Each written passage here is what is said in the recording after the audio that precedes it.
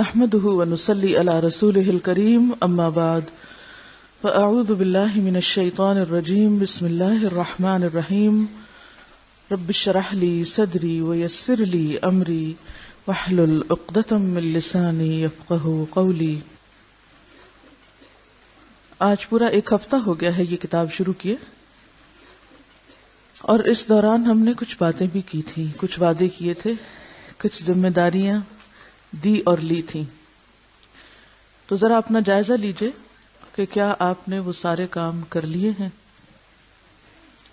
پہلے دن آپ کو کام دیا گیا تھا کہ کتاب کا ابتدائیہ گھر سے پڑھ کر آئیں. پڑھ لیا سب نے؟ اگر کسی نے نہیں پڑھا تو لکھ لے اور اسے آج جا کر پڑھے.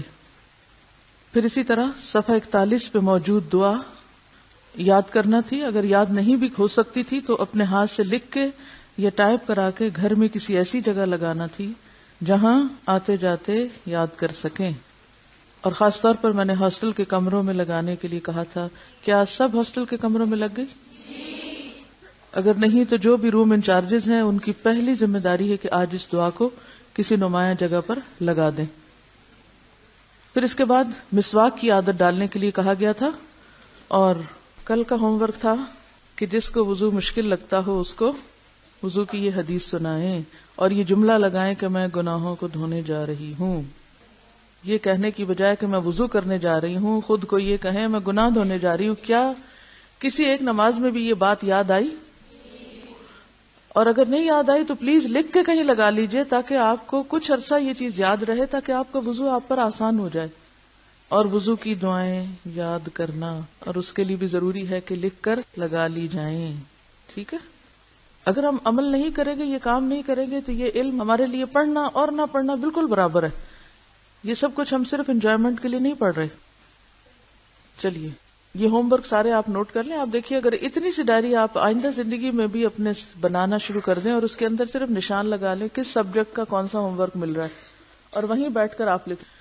یہ صرف ایک ریمائنڈر ہے. اتنی سی ڈائری صرف کرنے کے کاموں کی یا ہوم ورک کی یا اپنے آپ کو یاد دہانی کرانے کے لیے کہ مجھے کیا کرنا ہے جس کا آپ ارادہ کریں وہ لکھ لیں. کیونکہ ہم سب کے حافظے اتنے نہیں رہے کہ ہم سب کچھ، اور پھر یہاں سے نکل کے ہمیں ویسے ہی دنیا میں جا کے بھول جاتا ہے کہ ہم نے کیا پڑھا تھا اور کیا وعدہ کیا تھا. تو اس میں یہ کہ اب تو الحمدللہ آپ دیکھیں اللہ نے کتنی سہولتیں پیدا کر دی. ہر سائز کی ڈائریاں بھی ملتی ہیں، اس طرح کے نشان لگانے والی چیزیں بھی ملتی ہیں. ایک چھوٹی سی کوشش چاہیے. مثلا 4 سبجیکٹس آپ پڑھ رہے ہیں، 4 سبجیکٹس میں جو کرنے کے کام آپ کو دیے جائیں وہ اگر آپ فوراً وہ چیز کھول کے اس میں وہ کام ڈیٹ ڈال کے لکھ لیں کہ آج مجھے یہ کام کرنا ہے. اگر آپ ابھی کسی مجبوری سے نہیں بھی کر سکے تو کیا ہوگا، کل کر لیں، پرسوں کر لیں. ویسے تو آج کا کام کل پہ نہیں ڈالیں، لیکن بعض اوقات ایسے حالات ہوتے ہیں آپ بیمار ہیں یا آپ کے اوپر کوئی ایسی مصیبت ہے خدا نہ خواستہ کہ آپ اپنے عہد کو پورا نہیں کر سکے، تو اس صورت میں کیا کرنا چاہیے، لکھا ہوا ہونا چاہیے. مثلا آپ ساری دعائیں ابھی نہیں یاد کر پا رہے، اٹس ویری نیچرل، کوئی بات نہیں. آپ کو ساری عادتیں ایک دن میں نہیں پڑھ رہی، یہ نہیں ہو سکتا کہ ایک دن میں ساری عادتیں پڑھ جائیں. تو کچھ کام ایسے ہیں کہ جو آپ فوراً کر لیں گے. اور پھر یہ ڈائریاں جو ہیں یہ آپ کی زندگی بھر کی ساتھی ہیں کہ آپ پھر اپنا حساب کتاب بھی لیتے رہیں گے، وہ میں نے کیا کیا تھا. اور پھر ایون یہ بھی آپ کر سکتے ہیں کہ جو لکھا ہوا ہو نا اس کے اوپر ریڈ نشان یا کچھ یہ ہو گیا. میں عام طور پر جو کام کر لیتی ہوں اس کے اوپر لمبا سا نشان ڈال دیتی ہوں، ڈن. اور جو نہیں ہوا اس کو چھوڑ دیتی ہوں، اس کو بعض اوقات ریڈ مارک کر لیا یا کچھ، تاکہ وہ مسلسل ہمارے سر پہ رہے کہ یہ کرنا ہے. تو اپنے آپ کو کیا کرنا ہے، آپ نے کیا کرنا ہے، آرگنائز. جی، کمپیٹنس کے ساتھ آرگنائزیشن. جب تک آپ آرگنائزڈ نہیں ہوں گے اپنی پرسنل لائف میں، اپنی علمی زندگی میں اور اپنی عملی زندگی میں، تو آپ کامیاب نہیں ہو سکتے. اسی وقت میں آپ دیکھیں گے بہت سے لوگ وہ سب کر کے چلے جائیں گے دنیا سے جس میں آپ سوچتے رہ جائیں گے صرف اپنی بے ترتیبی کی وجہ سے. تب آپ کہتے ہوں گے یہ روز آ کے فالتو باتیں زیادہ کرتی ہیں اور پڑھائی تک کم کراتی ہیں. لیکن اس کورس کا مقصد صرف آپ کو کتابیں پڑھانا نہیں ہے.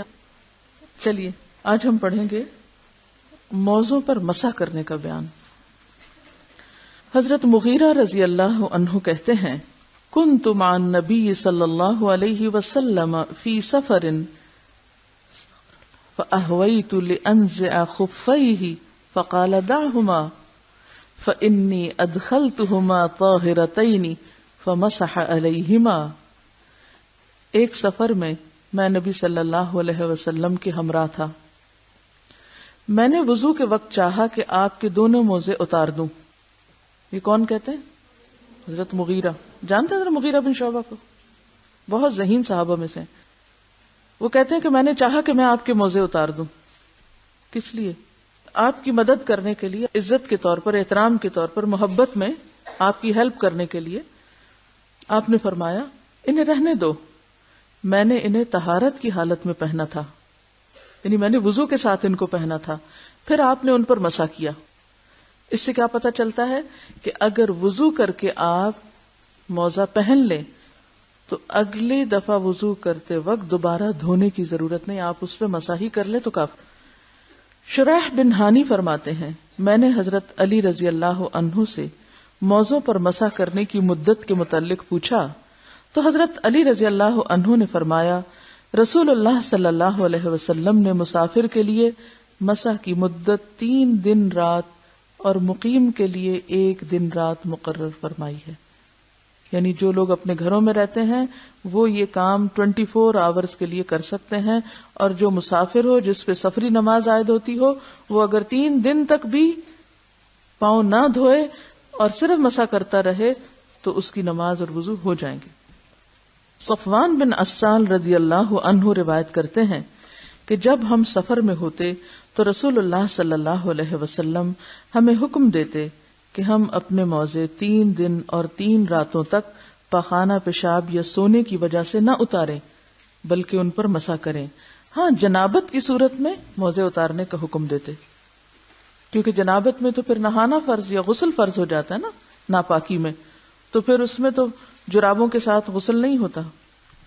اس حدیث سے معلوم ہوا کہ جنبی ہونا مسح کی مدت کو ختم کر دیتا ہے، اس لیے غسل جنابت میں موزے اتارنے چاہیے. البتہ بول و براز اور نیند کے بعد موزے نہیں اتارنے چاہیے بلکہ معینہ مدت تک ان پر مسح کر سکتے ہیں. جرابوں پر مسح کرنے کا بیان. پہلا حکم کس کے لیے تھا؟ موزوں کے لیے. اب ہے جرابوں کے لیے. کون سی جرابیں؟ جو آپ سب استعمال کرتے ہیں. حضرت ثوبان رضی اللہ عنہ سے روایت ہے امرہم ان یمسحوا علی العصائب والتساخین. رسول اللہ صلی اللہ علیہ وسلم نے وضو کرتے وقت صحابہ کو پگڑیوں اور جرابوں پر مسح کرنے کا حکم دیا.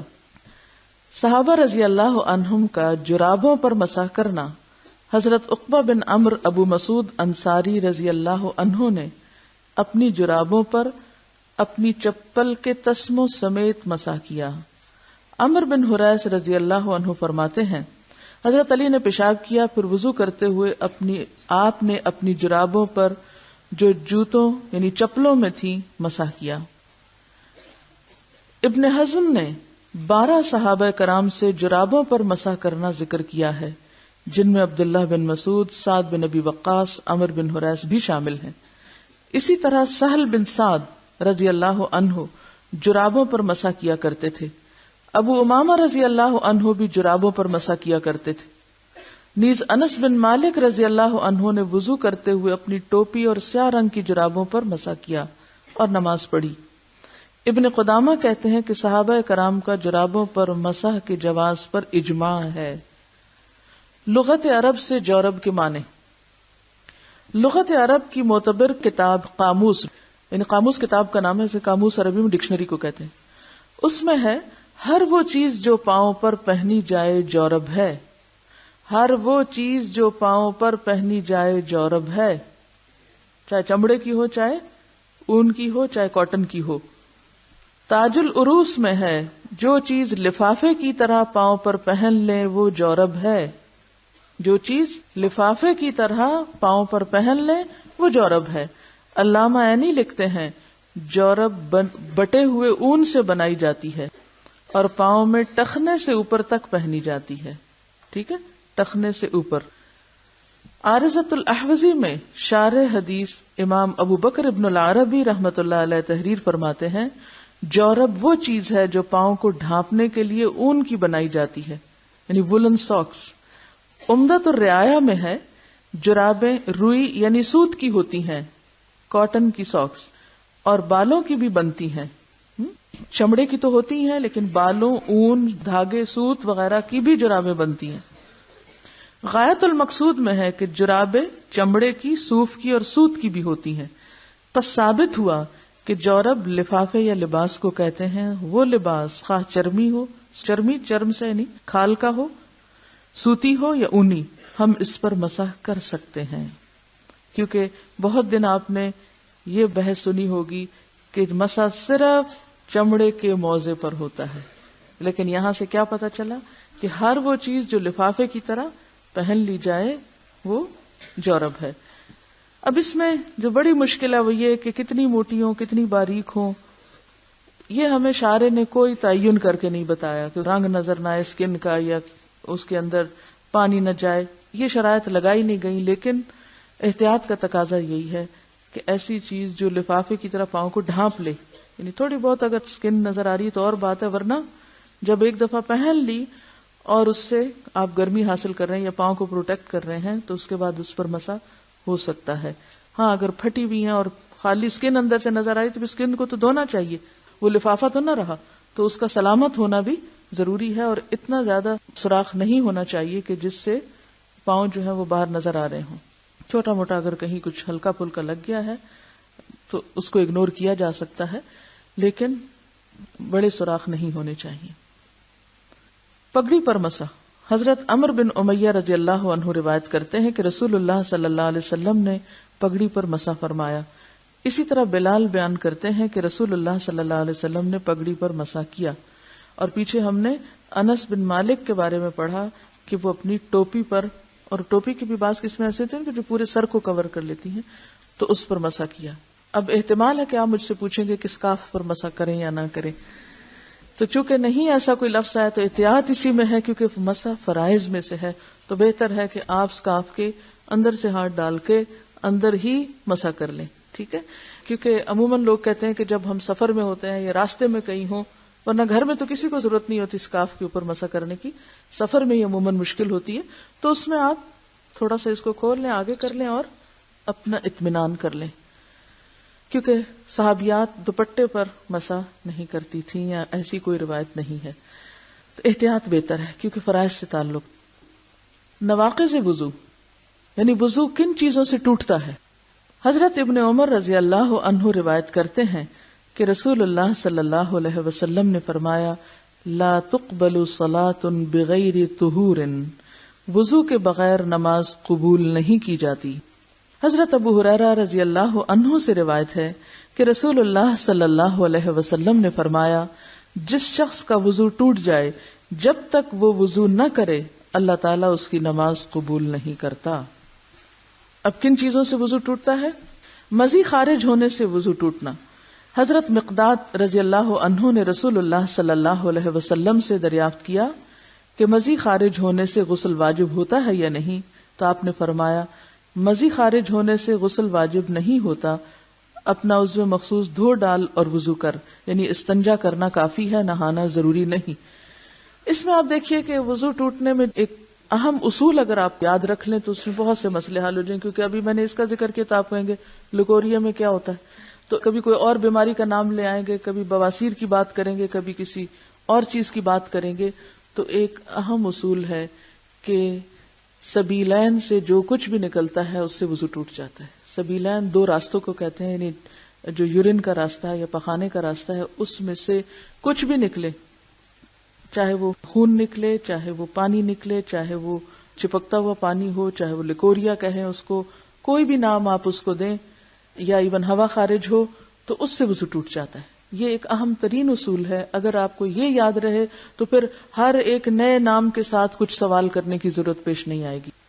تو کچھ بھی نکلے جو جسم پر محسوس ہو تو اس کو دھو کر، یا اگر دھونے کا موقع نہ ہو تو ٹشو سے صاف کر کے. میں اس لیے موقع کی بات کر رہی ہوں کہ عام طور پہ گھر میں تو سہولت ہوتی ہے، لیکن بعض اوقات آپ سفر میں ہیں، استنجے کا موقع نہیں ہوتا، تو ایسی صورت میں ایسی خواتین جن کو مسلسل ایسا ڈسچارج ہوتا ہے وہ پیڈ یا ٹشو استعمال کر کے وضو سے پہلے اس کو ہٹا دیں اور تازہ وضو کر لیں، چاہے ان کا ویسے وضو ہو بھی. تو چونکہ سبیلین سے کچھ بھی نکلے تو وضو نہیں رہتا، اس لیے اس نجاست کو صاف کرنا بھی ضروری ہے اور اس کے ساتھ دوبارہ وضو کرنا بھی۔ شرمگاہ کو ہاتھ لگانے سے وضو ٹوٹنا، نبی صلی اللہ علیہ وسلم نے فرمایا جو شخص شرمگاہ کو ہاتھ لگائے پس وہ وضو کرے۔ مثلا آپ کا پہلے وضو تھا، پھر آپ کو پیشاب کی تو ضرورت پیش نہیں آئی، لیکن آپ نے ویسے ہی اپنی کوئی تری تھی یا کوئی نمی تھی، اس کو آپ صاف کرنے کے لیے ٹشو استعمال کر رہے تھے، آپ کا ہاتھ دوبارہ لگ گیا تو اس سے بہتر ہے کہ پھر آپ وضو کریں۔ نیند سے وضو، حضرت علی رضی اللہ عنہ روایت کرتے ہیں کہ رسول اللہ صلی اللہ علیہ وسلم نے فرمایا دونوں آنکھیں سرین کی سربند یعنی تسمہ ہیں، یعنی آنکھیں جو ہیں وہ انسان کے اس راستے کے لیے ایک تسمے کا کام دیتی ہیں، بس جو شخص سو جائے اسے چاہیے کہ دوبارہ وضو کرے، کیونکہ ہوتا یہ کہ جب انسان سو جاتا ہے تو وہ بالکل غافل ہو جاتا ہے، اس کے جسم سے کیا نکل رہا ہے، کیا ہو رہا ہے، اسے کچھ بھی یاد نہیں ہوتا کہ وہ کس حال میں تھا، لہذا سونے پر انسان کا وضو ختم ہو جاتا ہے تو دوبارہ وضو کیا جائے۔ حضرت ابو ہریرہ رضی اللہ عنہ فرماتے ہیں کہ جو شخص سو جائے اس پر وضو واجب ہے۔ حضرت انس رضی اللہ عنہ فرماتے ہیں اصحاب رسول صلی اللہ علیہ وسلم نماز عشاء کے انتظار میں بیٹھے بیٹھے اونگتے تھے اور وضو کیے بغیر نماز ادا کر لیتے تھے۔ اس سے کیا پتہ چلتا ہے کہ اگر کوئی شخص بیٹھا ہے تو بیٹھنے کی پوزیشن میں عموماً انسان کے جسم سے کچھ نہیں نکلتا، جیسے آپ نماز کے لیے انتظار کر رہے ہیں، صف میں بیٹھے ہوئے اور اتنے میں آپ کو ہلکی سی اونگ آ جاتی ہے اور آپ کا سر نیچے ہو جاتا ہے، تو اس سے فرق نہیں پڑے گا۔ ہاں اگر آپ ٹیک لگا کے آرام سے سو گئے، کونی ٹکا کے یا کمر پیچھے لگا کے، تو اس سے پھر آپ کو دوبارہ وضو کرنا ہوگا۔ جب تک آپ کی ٹیک نہیں کہیں، آپ بالکل اسٹریٹ سیدھے بیٹھے ہوئے ہیں اور صرف گردن لڑکی ہے یا آنکھوں میں تھوڑی سی اونگ آ گئی ہے تو اس سے وضو نہیں ٹوٹتا۔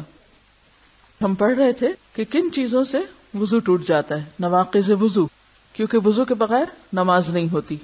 تو پہلی چیز ہم نے پڑھی مزی خارج ہونے سے، دوسری چیز استنجا کرنے سے یا شرمگاہ کو ہاتھ لگانے سے، تیسری چیز سو جانے سے، اور چوتھی چیز ہے ہوا خارج ہونے سے۔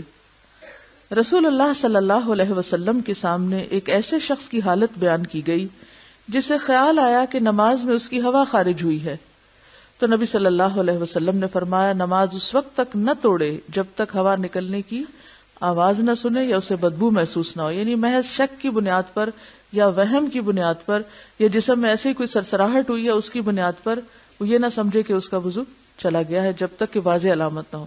اب بعض اوقات یہ دو علامتیں بہت واضح نہیں ہو سکتی، لیکن انسان کو یہ پتہ چل جاتا ہے کہ اس کے جسم سے ہوا نکلی ہے، تو اس وقت اس کا وضو نہیں رہے گا، لیکن محض وہم کی بنیاد پر نماز نہیں توڑنی چاہیے، کیونکہ بعض لوگ وضو کر ہی نہیں پاتے، 10 15 دفعہ وضو کرتے رہتے ہیں کہ شاید ان کے جسم سے پھر کچھ نکل آیا، تو وہ صرف شیطان کا وسوسہ ہوتا ہے، اس کو اہمیت نہیں دینی چاہیے، بس ایک دفعہ صحیح طور پر وضو کر لینا چاہیے، اور اگر یہ دو علامتیں محسوس ہوں وضو کے دوران یا پھر نماز کے دوران تو دوبارہ وضو کر لینا چاہیے۔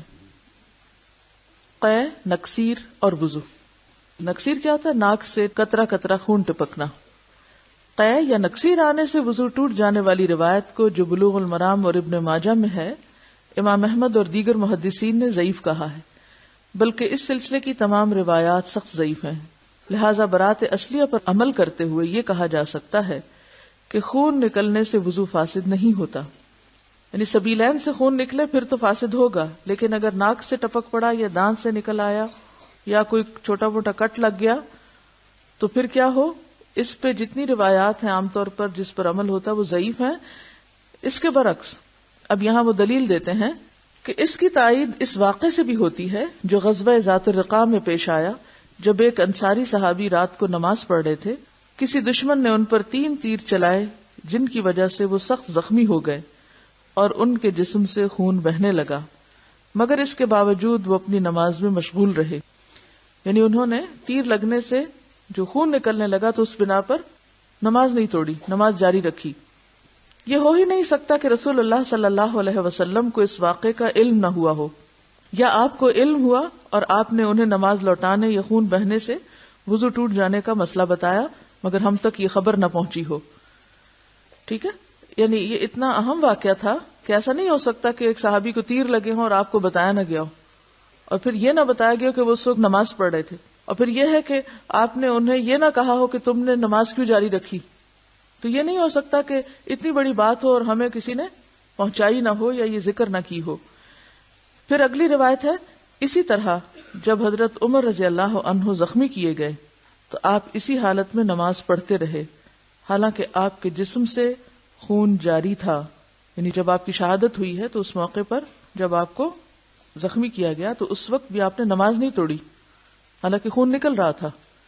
تو اگر نماز جاری رکھی تو اس کا مطلب یہ تھا کہ خون نکلنے سے ان کے خیال میں وضو نہیں ٹوٹا. اس سے معلوم ہوا کہ خون کا بہنا ناقض وضو نہیں ہے. رسول اللہ صلی اللہ علیہ وسلم نے فرمایا کہ اگر نماز میں وضو ٹوٹ جائے تو ناک پر ہاتھ رکھ کر لوٹو، وضو کرو اور پھر نماز پڑھو. یعنی اگر جماعت میں آپ نماز پڑھ رہے ہیں اور آپ کو وضو نہیں رہا اور آپ صف توڑ رہے ہیں نکلنے کے لیے، کیونکہ اب آپ نماز جاری نہیں رکھ سکتے، تو اب کیا ہوگا؟ آپ ایسے ہی نہیں نکلے بلکہ آپ اپنے ناک پر ہاتھ رکھ لیں، جس سے دوسرے نمازیوں کو یہ پتا چل جائے کہ آپ وضو باقی نہ رہنے کی وجہ سے صف توڑ کے نکل رہے ہیں اور آپ کو وضو کی ضرورت ہے تو آپ کو جگہ دی جائے. تیمم کا بیان. پانی نہ ملنے کی صورت میں طہارت کی نیت سے پاک مٹی کا قصد کر کے اسے اپنے ہاتھوں اور منہ پر ملنا تیمم کہلاتا ہے.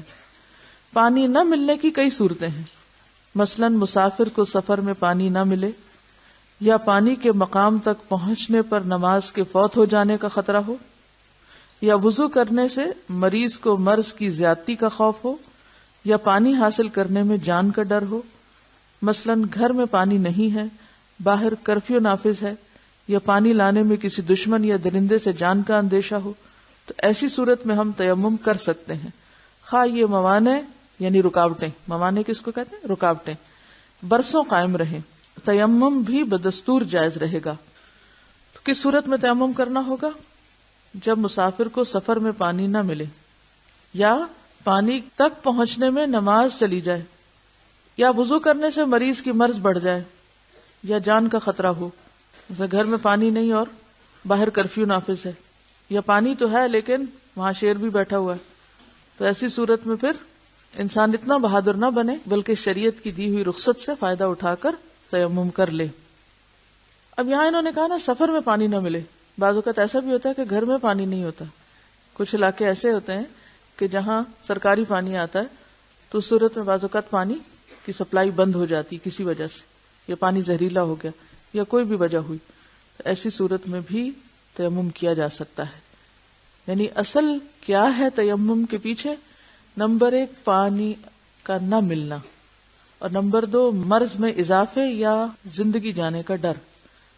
فرض ہو یا سنت ہو یا نفل ہو، کوئی بھی نماز ہو، اگر دوران نماز وضو نہ رہے تو نماز چھوڑ دیں، خواہ آپ آخری اتحیات پر ہی بیٹھے ہوں.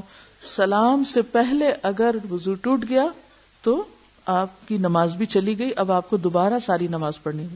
یعنی آپ یہ نہیں کر سکتے کہ آپ نے 2 رکعت نماز پڑھی تھی، اتنے میں وضو ٹوٹ گیا، آپ گئے وضو کیا اور آ کے تیسری رکعت شروع کر دی. نہیں، شروع سے ہی نماز ہو. رسول اللہ صلی اللہ علیہ وسلم نے فرمایا السعید الطیب وضوء المسلم ولو الی 10 سنین. پاک مٹی مسلمانوں کا وضو ہے اگرچہ 10 برس پانی نہ پائے. یہ جملہ کیا ہے؟ حدیث ہے. کس کا فرمان ہے؟ رسول اللہ صلی اللہ علیہ وسلم کا. تو بات یہ ہے کہ یہ رخصت ہمیں کس نے دی کہ آپ سال ہر سال تیمم کر سکتے ہیں اگر پانی نہ ہو؟ رسول اللہ صلی اللہ علیہ وسلم نے خود دی ہے.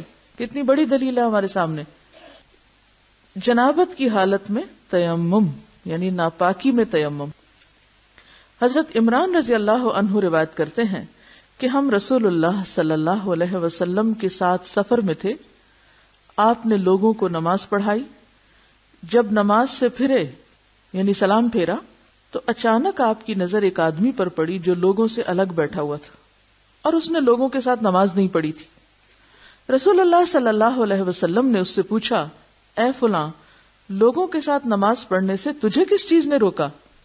اس نے کہا مجھے جنابت پہنچی اور پانی نہ مل سکا، یعنی میں ناپاک تھا.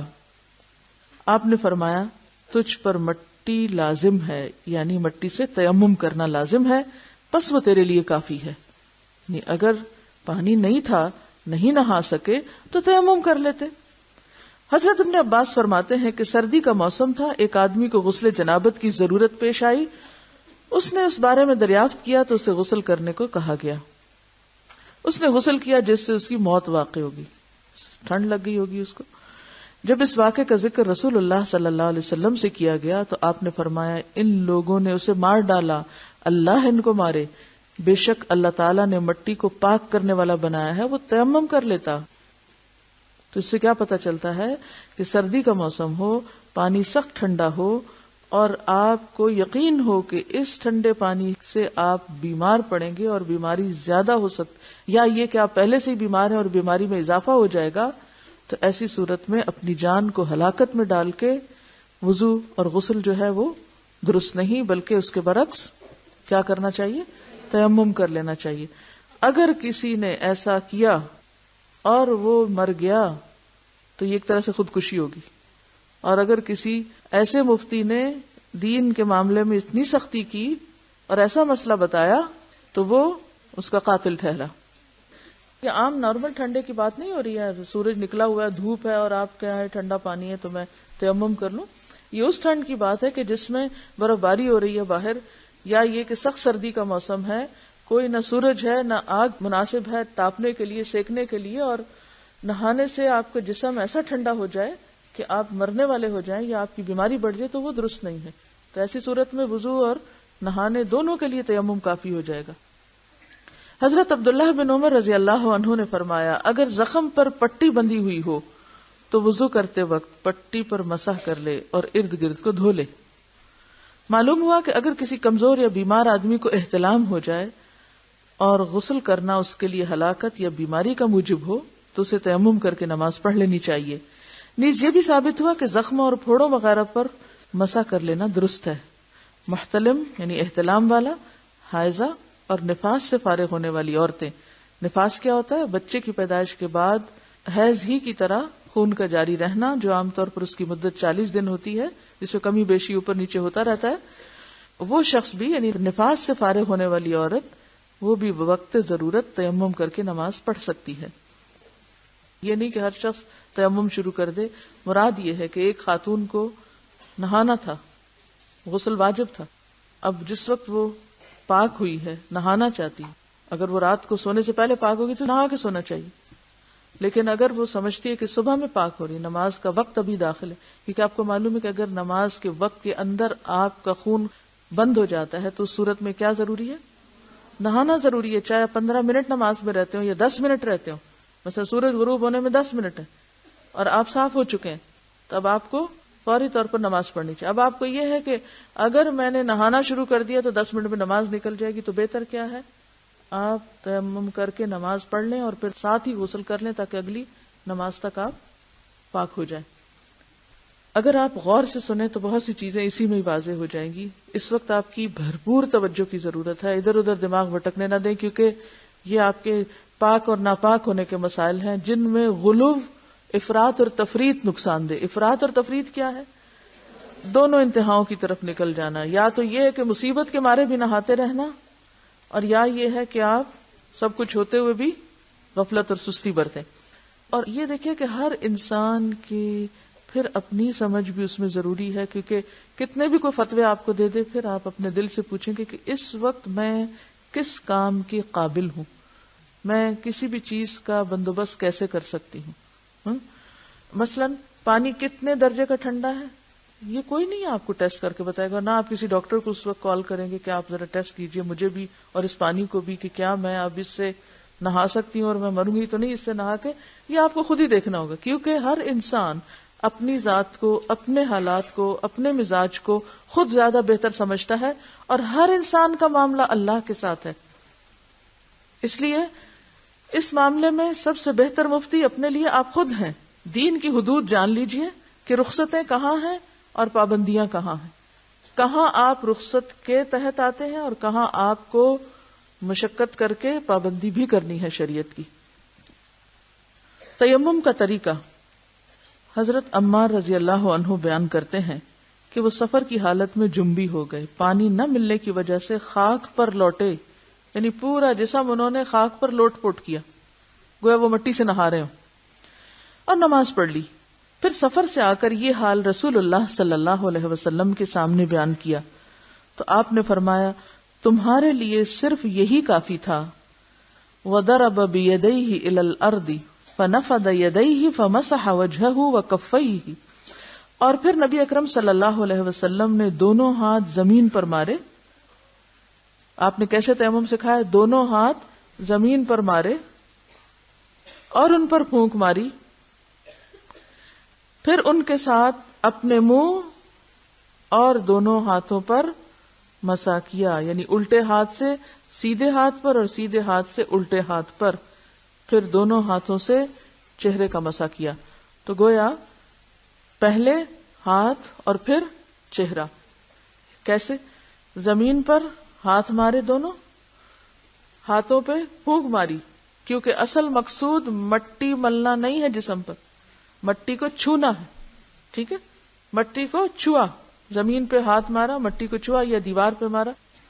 تیمم کس طرح؟ زمین پر یا دیوار پر یا کسی پتھر پر جس پہ کچھ گرد وغیرہ ہو، ہاتھ مارا، ہاتھ کو مٹی لگ گئی، مٹی کو اڑانا ہے پھونک مار کے. اس کے بعد کیا کرنا ہے؟ الٹے ہاتھ سے دائیں ہاتھ کا اور دائیں ہاتھ سے الٹے ہاتھ کا مسح کر کے پھر اس کے بعد دوبارہ نہیں مٹی ملنی، اسی ہاتھ کو چہرے پہ مل لینا ہے. دلیل یہ دی ہوئی ہے، اب بخاری کی حدیث ہے. قرآن مجید کے حکم فَتَيَمَّمُوا صَعِيدًا طَيِّبًا کی روح سے تیمم پاک مٹی سے کرنا چاہیے. تیمم جیسے مٹی سے جائز ہے اسی طرح شور والی زمین اور ریت سے بھی جائز ہے. شور والی زمین وہ جس کے اوپر وہ وائٹ وائٹ سا نکلا ہوتا ہے، یعنی پیور مٹی نہیں ہوتی، کلر والی زمین یا اس کے اندر کوئی اور کیمیکلز ہوں یا کچھ اور ملا جلا ہو، یعنی بالکل پیور ڈسٹ نہ بھی ہو، اس میں کچھ تھوڑی بہت اور چیز مل گئی ہو تو بھی چونکہ وہ زمین ہی کی ہے اس لیے اس پر تیمم ہو سکتا ہے.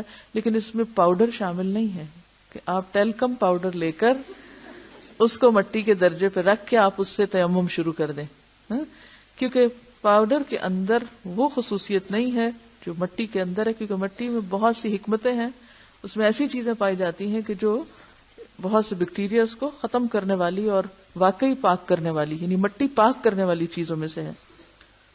ایک تیمم سے وضو کی طرح کئی نمازیں پڑھ سکتے ہیں، کیونکہ تیمم وضو کا قائم مقام ہے. یعنی ایک دفعہ تیمم کر لیا اور آپ کا وضو نہیں ٹوٹا، آپ اسی تیمم سے اگلی نماز بھی پڑھ سکتے ہیں، کیونکہ یہ وضو ہی کی طرح ہے. ٹھیک ہے، دیکھیے ٹائلز جو ہے وہ پکی ہوئی مٹی ہے، یہاں سعیدن طیبن ہے. پکی ہوئی مٹی جیسے گھڑا ہے یا جیسے ٹائل ہے، تو ٹائل جو ہے اس پر تو کچھ بھی نہیں، وہ تو ایسے ہی جیسے آپ کسی لکڑی پہ ہاتھ پھیر لیں. ایسے میں ہونا کیا چاہیے کہ آپ کہیں سے بھی مٹی لے کے ایک چھوٹا سا پیڑا سا اس کا بنا رکھیں یا کسی چھوٹے سے ڈبے میں ڈال کے رکھ لیں. جیسے گھر میں کوئی بیمار ہوتے، بزرگ ہوتے ہیں نا، بعض اوقات بوڑھے لوگ ہوتے ہیں تو ان کو پھر مشکل ہوتی ہے، تو ایسے لوگوں کو کسی پاٹ میں مٹی ڈال کے رکھ لینی چاہیے. اور بعض لوگوں کو میں نے دیکھا اینٹ کے اوپر کر رہے ہوتے، تو اینٹ کے اوپر ہاتھ پھیرنے سے تو کچھ بھی ہاتھ کو نہیں لگتا اور اس میں وہ فیلنگ ہی نہیں آتی کہ آپ نے مٹی کو چھوا. ٹھیک، گاڑی پہ پڑی ہوئی ڈسٹ بھی اس میں آ سکتی ہے کیونکہ وہ بھی سعید یعنی کہ مٹی کو چھو رہے ہیں آپ. پھر اسی طرح میں یہ چاہوں گی کہ اس قسم کے جو فقہی سوالات ہیں آپس میں بھی ایک دوسرے سے کر کے ڈسکس کیا کریں. یعنی باہم جب آپ کہیں بیٹھے ہوں، کھڑے ہوں، کہیں انتظار کر رہے ہوں، بریک میں بیٹھے ہوں، کچھ کھا پی رہے ہوں، تو آپس میں بھی ایک دوسرے سے سوال کریں. ٹھیک ہے، تاکہ آپ کا ذہن کھلے، آپ کا شعور بیدار ہو. مسح کا طریقہ کیا ہے؟ بعض لوگ صرف اوپر سے ہاتھ پھیرنے کو کہتے ہیں اور بعض لوگ نیچے اور اوپر دونوں طرف سے پھیرنے کو. تو اصل بات صرف اتنی ہے کہ دائیں ہاتھ کو پانی سے تر کر لیں اور صرف پاؤں کے اوپر سے سیدھا انگلیوں سے لے کر جہاں پاؤں کی حد ختم ہوتی ہے وہاں تک آپ صرف ایک دفعہ ہاتھ پھیر لیں، اتنا کافی ہے. دوسری بات یہ تھی کہ کیا صرف سردی یا بیماری یا سفر کی وجہ سے مسح کیا جائے گا یا عام حالات میں بھی کر سکتے ہیں؟ تو عام حالات میں بھی کر سکتے ہیں بغیر کسی عذر اور مجبوری کے، یہ دین کی رخصت ہے. اگر کسی کو ایسی بیماری ہو کہ ایک وضو سے ایک نماز بھی پوری نہ کر پائے تو اس کے بارے میں کیا حکم ہے؟ اسی سے ملتا جلتا سوال ایک اور بھی ہے، اور اس میں بھی کسی کو لیکوریا ہو اور نماز کے لیے تازہ وضو کر کے نماز پڑھنی شروع کی اور درمیان میں فیل ہوا کہ پھر ڈسچارج ہو گیا تو اب کیا کریں؟ تو اس میں حکم یہ ہے کہ ایک دفعہ ایک وضو سے نماز آپ شروع کریں، کیونکہ یہ آپ کے کنٹرول میں نہیں ہے، اور ہر نماز کے لیے نیا وضو کر لیں۔ کیا ٹخنوں سے نیچے تک والی ساکس پہ مسح کیا جا سکتا ہے؟ دیکھیے ساکس وہی ہیں جو ٹخنے آپ کے ڈھانپ لیں۔ تو اصول یاد رکھیے، جب آپ کو چیز پڑھائی جا رہی ہوتی ہے نا، تو اس میں آپ اصل پر غور کیجئے کہ کہا کیا جا رہا ہے، اور اس کے تحت جو کچھ آتا ہے وہ تو ٹھیک ہے، اور اگر اس کے علاوہ ہمارے ذہنی خلل میں کہیں کچھ ایسی چیزیں آ رہی تو ان کو کنٹرول بھی کرنے کی کوشش کریں۔ اس کا یہ مطلب نہیں کہ آپ سوال نہ کریں، اگر آپ میں سے ہر ایک سوال کرے گا تو میں اس کو بھی اپریشیٹ کروں گی، لیکن سوال کرنے سے پہلے شعور سے کام لیں کہ جو کچھ پڑھا ہے اس کو 1 2 3 4 دفعہ پڑھیں، پھر بھی اگر سمجھ نہ آئے تو پھر سوال کریں، اور یہ دیکھیں کہ آپ کا سوال کا جواب جو پڑھایا گیا اس کے اندر ہے یا نہیں، اور آپ دیکھیں کہ اسی کے اندر موجود ہے۔ بعض اوقات جب استاد پڑھا رہا ہوتا ہے ہم سوچتے نہیں، توجہ نہیں کرتے، جو پڑھا چکتا ہے پھر ہم سوال لکھتے ہیں وہ فلاں لائن کو دوبارہ واضح کر دے، بھی جب وہ لائن واضح ہو رہی تھی اس وقت آپ کہاں تھے؟ تو پوری توجہ سے بیٹھا کریں اور سوال وہ کریں جو واقعی سوال ہو، ٹھیک ہے؟ اوکے، وآخر دعوانا ان الحمد للہ رب العالمین، سبحانک اللہم وبحمدک، نشہد ان لا الہ الا انت، نستغفرک ونتوب الیک۔